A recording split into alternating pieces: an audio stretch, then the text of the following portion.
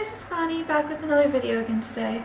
So I've been talking a lot about how I plan on traveling more in order to reduce my expenses.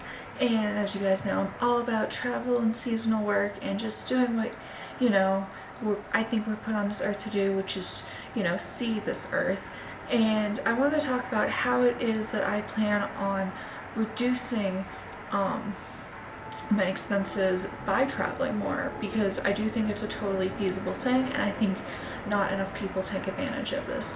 So first of all, I'm going to talk about the bills I had prior to beginning this nomadic journey I am starting on. So I had rent, electric, food, car insurance, gas, 2 credit card bills, and 2 student loans, and a phone bill. 10 monthly bills. I also am a student in college. I just completed my associate's degree and I am continuing to my bachelor's degree. I have a P.O. box that's due every 6 months, and I have oil changes. So I have 3 kind of occasional bills. So you could say I have 13 bills, but 10 every single month. And so by choosing to be a seasonal worker and living with the housing that they have offered me, I've been able to reduce quite a few of those expenses. I'm going to go through them one by one.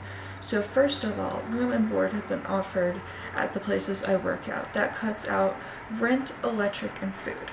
You can argue that, well, it is being charged at a fee. It is, but it's at a much reduced rate, and you can argue that I am saving, depending on where it is, I'd say that I'm saving about $600 to $1,000 a month, depending on the exact price of the housing where I find. And then you could argue, well, you get a little bit cheaper where I live. That is true, but that's why I'm giving that leeway, about $600 to $1,000 a month. So that's quite a savings. And of course, how much you spend every month on food and your location is going to vary. That I do live in a more expensive area in Colorado, so that's definitely a factor in why it's going to be that high.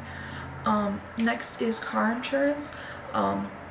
My car is no longer I am able to justify that my car cannot make it to Alaska. Like, it just wasn't worth the risk to try to get it there. And of course, with seasonal work, you may find that it's better for you to bring a car, in which case that's totally fine.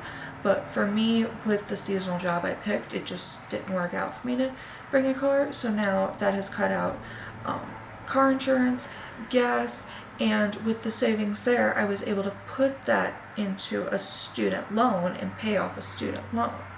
So that takes out rent, electric, food, car insurance, gas, and a student loan bill once I arrive in Alaska. I am still currently paying these bills, but I am leaving at the very end of the month. I will be in Alaska May 13th, and I will start shooting videos there then.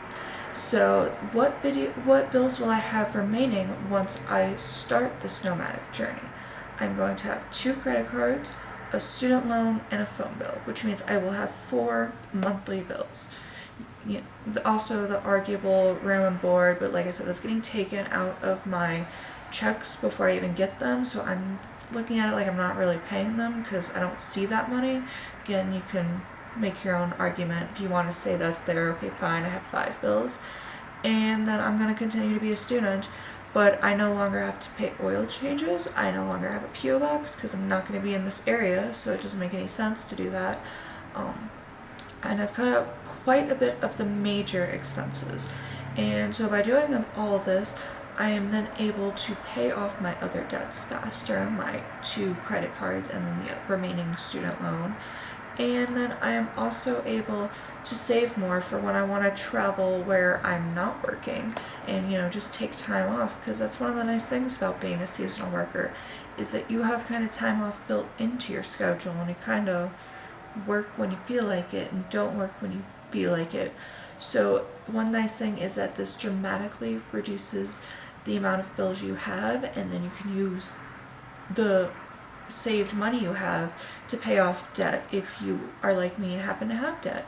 Or you can then save that money so you have the ability to travel without working while you're traveling.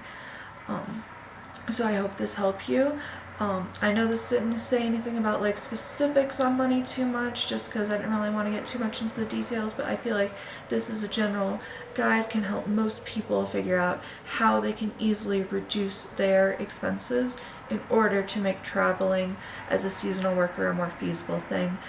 It is something I think more people should do.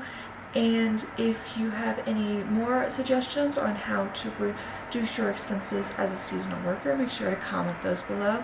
Hit that like and subscribe button. I'll see you again soon.